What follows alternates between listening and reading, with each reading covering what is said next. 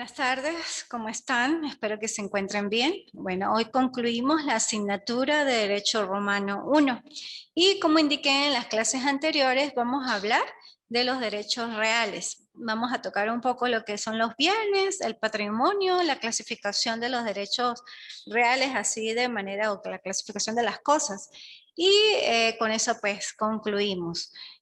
Por los momentos pues no se encuentra nadie conectado, sin embargo es mi deber pues concluir con esta clase y terminar pues la asignatura de Derecho Romano. Ya he ido evaluando las actividades que están en el aula virtual, en la plataforma, y recuerden que la plataforma cierra el 16 de julio a las 11 de la noche, por lo que les recomiendo que estén atentos y que cumplan con las actividades de manera oportuna, pues para que no haya ningún tipo de malentendido o inconveniente sobre el particular. Así las cosas, vamos a ver los derechos reales. Los derechos reales o el concepto de cosa como tal, res, cosa. Y es el conjunto de atribuciones que versan sobre la cosa y que hay identidad entre la persona y esa cosa.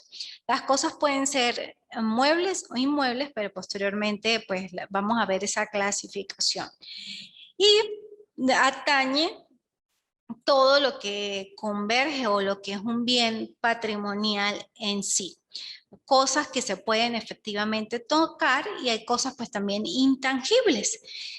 Por decir, las cosas o esas res, hay res corporales, res incorporales, las res corporales que tienen corporeidad y que se pueden tocar, y las incorporales que atañen a una existencia jurídica. ¿Cuáles atañen a la existencia jurídica, por decir, o el ejemplo común? La herencia. Tienen una connotación jurídica, es incorporal, pero es efectivamente incorpórea, pero está establecida de manera jurídica y sería la herencia. Hay otras cosas que para los romanos pues no constituían para ellos verdaderas cosas, por decir, la luna, el cuerpo humano, todo aquello que no tenga existencia material, sino ideal, no constituyen para ellos o no constituían para ellos efectivamente cosas. Y estableciendo que el derecho real es la relación directa entre la persona y la cosa. Ellos clasificaron las cosas de manera general y efectivamente lo observaron de la siguiente manera. Las cosas o las res extracomercio o fuera del comercio, por eso extracomercio, y las res incomercio. Las res extracomercio son las res divinis juris o aquellas cosas que tenían un fin de deidad, como los dioses, las cosas sacramentales, ceremoniales y demás. Las res publicae, que también era res extracomercio, como el alumbrado público, la acera, el pavimento, esas son cosas fuera del comercio. Y las res comunes, que son el aire libre, lo que uno puede percibir, ¿verdad? Respiramos es el aire libre, esos son res extracomercio, o sea, no tienen carácter patrimonial. Y como los ríos, el mar, que también el agua de los ríos del mar son res extracomercio, que no se pueden comerciar. Y las res incomercio, que sí son susceptibles de apropiación privada, son las siguientes, las que son susceptibles de apropiación y que se pueden inclusive trasladar de manera jurídica. Las cosas muebles e inmuebles. Lo inmueble, y esto ustedes lo van a observar a lo largo de la carrera y en el ámbito del derecho civil, las que no se pueden mover, que están adheridas a la tierra, y las muebles que sí se pueden mover o trasladar. Las res nulo o cosas sin dueño, las que no pertenecen a nadie, como es la casa en el monte. Las cosas consumibles, aquellas que tienen un destino para ser consumido o enajenado mediante el uso. Por ejemplo, el dinero es consumible, es transferido, pero también es consumible, y los víveres, los alimentos, son consumibles. Las cosas fungibles que se aprecian en cantidad, pero no por unidad, sino por cantidad.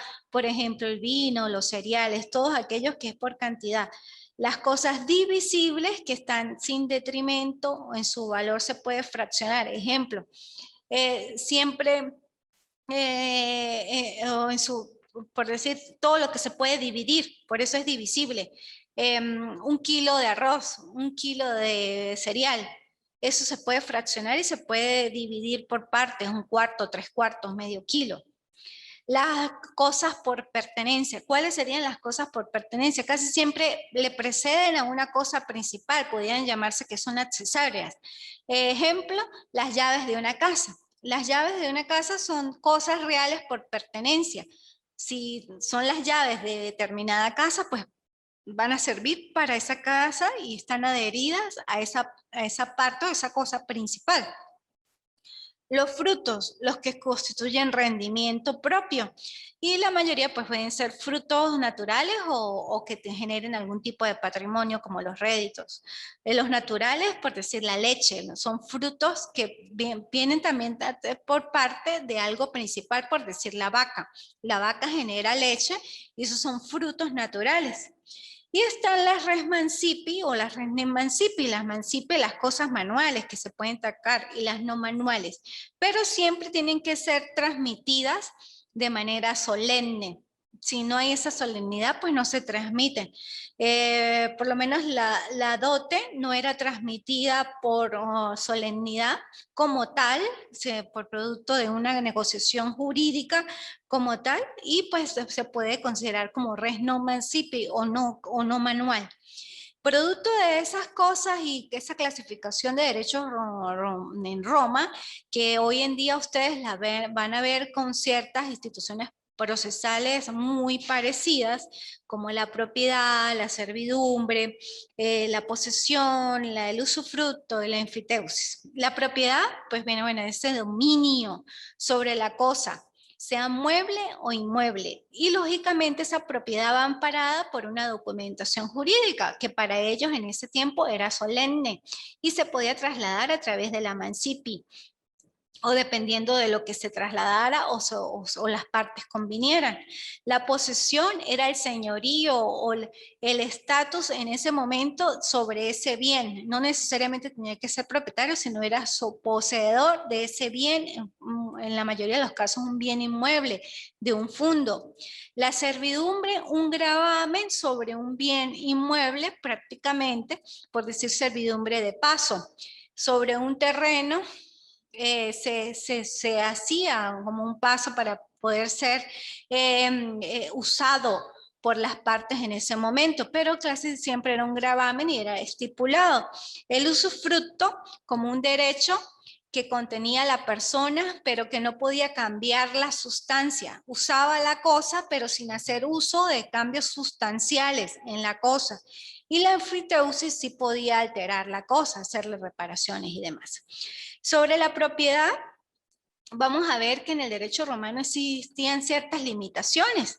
Entre ellas hay limitaciones de derecho público y limitaciones de derecho privado. En las limitaciones de derecho público estaba la prohibición de enterrar cadáveres en esa propiedad o en esas fincas urbanas que ellos les llamaban. El pasaje forzoso en beneficio de la comunidad provisionalmente, mientras la intransitabilidad de un camino público hacia lugares religiosos, en favor de quien tiene el derecho de sepulcro, le llamaban, o hacia ríos y canales navegables. Una limitación, pero de orden público, sobre pasajes que ellos le daban el carácter de sagrado y por el tipo de uso que se le daba, en este caso el sepulcro. Otra limitación era en cuanto a las fincas colindantes con ríos navegables, que debía soportar el uso de sus riberas para maniobras de navegación en los linderos, pero que tenían ríos navegables, lógicamente eran no comunes, de uso común, pues se establecían ciertas limitaciones. En la época de Justiniano, la expropiación por causa de utilidad pública. Sin embargo, a partir del reinado de Teodosio II, se facultaba a demoler edificios previa indemnización, como la expropiación, pero se indemnizaba en ese momento, que también existía en la época de derecho romano. Y en la época clásica se reglamentaba ya la altura y distancia de las construcciones. Hoy en día también, si hay un permiso de construcción o se va a construir, se tienen que sacar todos los permisos primero para efectivamente hacer esas construcciones y verificar los linderos de los vecinos o de las partes colindantes y hacer los diferentes distanciamientos entre las paredes perimetrales. Hoy en día también, pero estas instituciones vienen desde la época romana, por eso es tan importante conocer el derecho romano. Y están las limitaciones del derecho privado en cuanto a que se puede exigir al vecino el corte de las ramas del árbol. ¿Cuántas veces observamos que, por decir, un mango, un aguacate colinda con el vecino, o le caen los aguacates o le cae el mango al techo o al patio, dañan vehículos, dañan propiedad? Bueno, esas limitaciones se le puede decir que corte las ramas del árbol y que queden en la propiedad del dueño del árbol. El derecho a recoger frutos de plantas propias desprendidos sobre el suelo ajeno. Si se caen los frutos en la parte de un vecino, pues bueno, los puede recoger, pero si caen los frutos en el terreno de donde está el árbol, lógicamente no puede ir el vecino a recoger los frutos porque eso es propiedad privada.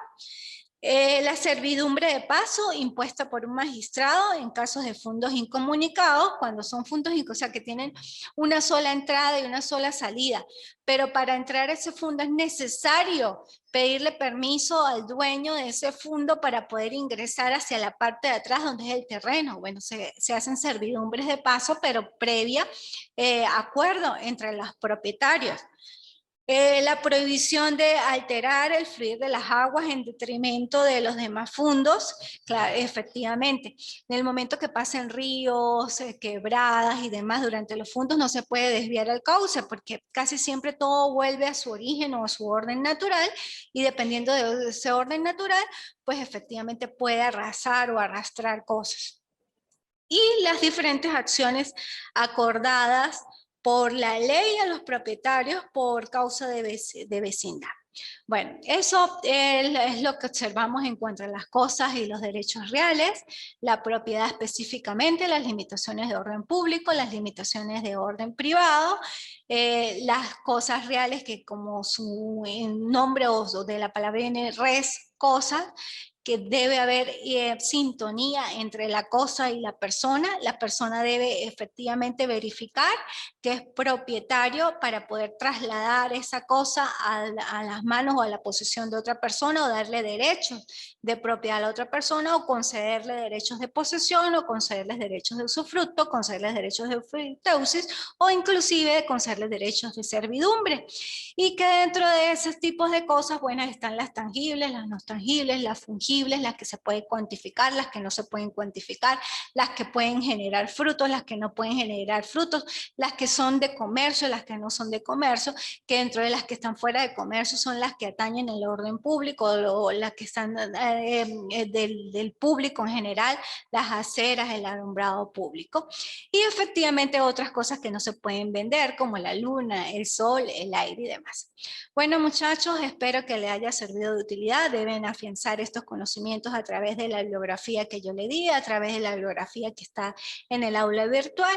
Y pues bueno, me es grato haberlos saludado por este medio. No se conectaron hoy, me imagino que por ocupaciones o por cuestiones propias de tecnología, electricidad y demás. Sin embargo, pues eso en líneas generales son las cosas y derechos reales que ustedes lo van a terminar de complementar en Derecho Romano 2 y que los invito a que lo complementen con todo el material y doctrina que está en el aula virtual y que para eso son estas clases donde debemos intervenir, socializar y que ustedes pregunten. Y pues he visto que casi no se conectan. Es importante, si bien es cierto que en estos procesos tecnoformativos, bueno, por situaciones de salud como la que estamos viviendo a nivel mundial, es necesario pues hacerlo de esta manera, atendiendo a razones de salud pública, pero también es cierto que ustedes tienen que verles yo el incentivo. He observado igual en la plataforma que no han cumplido con los requerimientos debidos. Es muy importante que ustedes entiendan y desde un inicio se adecúen a lo que es un ensayo. ensayo, un trabajo monográfico. Los ensayos, en esta clase aprovecho la oportunidad de decir que los ensayos tienen en su propio contexto o contenido introducción, desarrollo y conclusión.